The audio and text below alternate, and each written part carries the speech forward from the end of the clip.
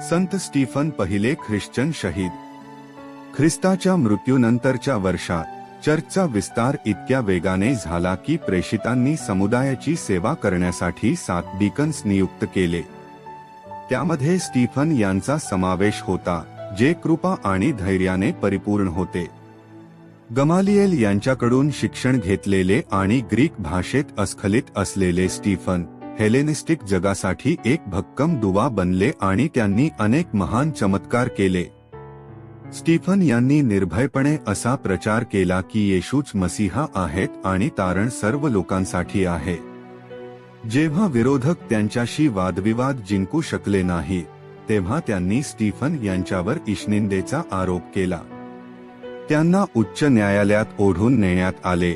तिथे स्टीफन यांनी कठोर अंतःकरणाच्या नेत्यांना चोख प्रत्युत्तर देत आपला आवेशपूर्ण बचाव मांडला। संतापलेल्या जमावाने त्यांना जेरुसलेमच्या बाहेर ओढत नेले आणि त्यांच्यावर दगडफेक केली।